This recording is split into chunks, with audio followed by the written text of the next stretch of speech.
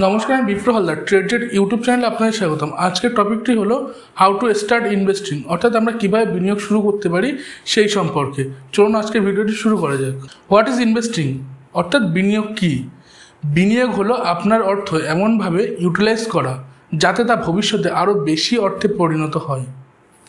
বিভিন্ন বিনিয়োগের মাধ্যম আছে, যেমন শেয়ার, আপনার মিউচুয়াল ফান্ড হতে পারে, বন্ড হতে পারে, গোল্ড হতে পারে, রিয়েল এস্টেট, আপনার জমি বা ইত্যাদি ইত্যাদি। এইসব অ্যাসেটে আপনারা বিনিয়োগ করে সেখান থেকে বেশি পরিমাণ রিটার্ন পেতে পারেন। অর্থাৎ আপনার যে অর্থ, অর্থাৎ আপনি একটা জমি কিনলেন, সেই জমিতে আপনার ধরুন 10 লাখ টাকাতে একটা জমি কিনলেন, তার কিছুদিন পরে সেই জমির দামের বৃদ্ধি হলো আর কি, সেক্ষেত্রে আপনি 12 লাখ টাকা সেই জমিটা বিক্রি করে দিতে পারছেন। অর্থাৎ এখানে মোটামুটি আপনার 2 লাখ টাকার প্রফিট আছে।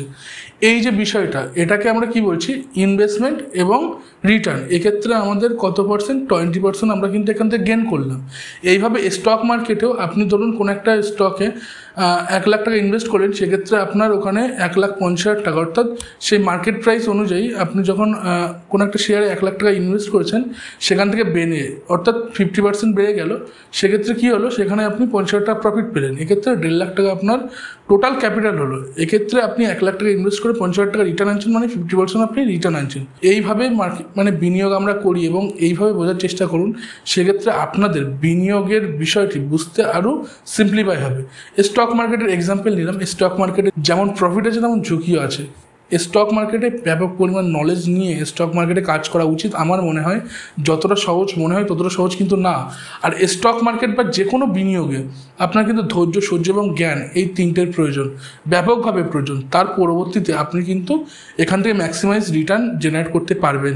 বিনিয়োগ করার বিভিন্ন উপায় আছে, যার ভিতরে শেয়ার বাজার বললাম, মিউচুয়াল ফান্ড বললাম, বন্ড বললাম, সোনা বললাম, আপনার জমি বললাম, রিয়েল এস্টেট বললাম।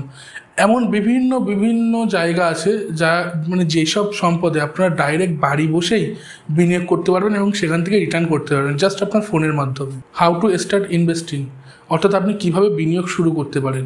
প্রথমত, বিনিয়োগ শুরু করতে আপনাকে প্রথম একটি লক্ষ্য স্থির করতে হবে। আপনি কেন বিনিয়োগ করছেন, আপনার এই বিনিয়োগের অর্থ কখন প্রয়োজন হবে এবং আপনি কত পরিমাণ ঝুঁকি নিতে পারবেন। আপনার লক্ষ্য স্থির হয়ে গেলে আপনি নির্দিষ্ট ইনভেস্টমেন্ট পদ্ধতি অর্থাৎ বিনিয়োগ পদ্ধতি চুজ করুন।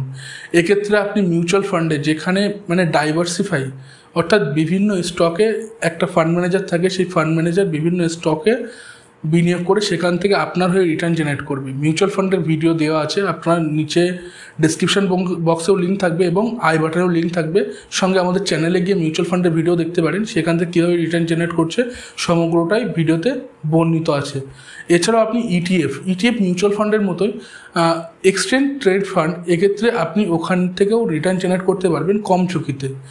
এই পদ্ধতিগুলো আছে। এর পরবর্তীতে আপনি যদি বেশি ঝুঁকি নিতে চান, সেক্ষেত্রে আপনি স্টক মার্কেটে ইনভেস্টমেন্ট করতে পারেন, অর্থাৎ বিভিন্ন স্টকে আপনি বিনিয়োগ করতে পারেন। এক্ষেত্রে আপনার একটা ডিম্যাট অ্যাকাউন্ট প্রয়োজন।